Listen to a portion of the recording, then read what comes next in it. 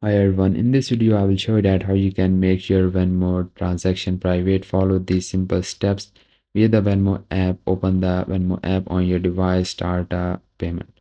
By selecting the person you want to send money to, then tap the pay or request button.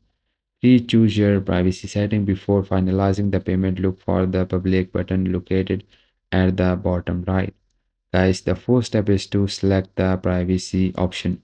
You can choose between public, friends, or private. So the public is visible to everyone. For the friend, visible to you, the recipient, and manual Venmo friends.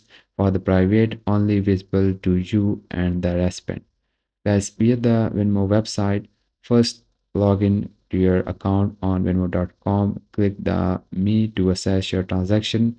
On each transaction, you can toggle the privacy settings similarly to the app by selecting from the three options. By default, Venmo transactions are set to public. However, changing the privacy setting ensure that only you and your intended recipient can view your transaction. Guys, if this guide is useful for you, so please consider liking this video and bye bye and take care.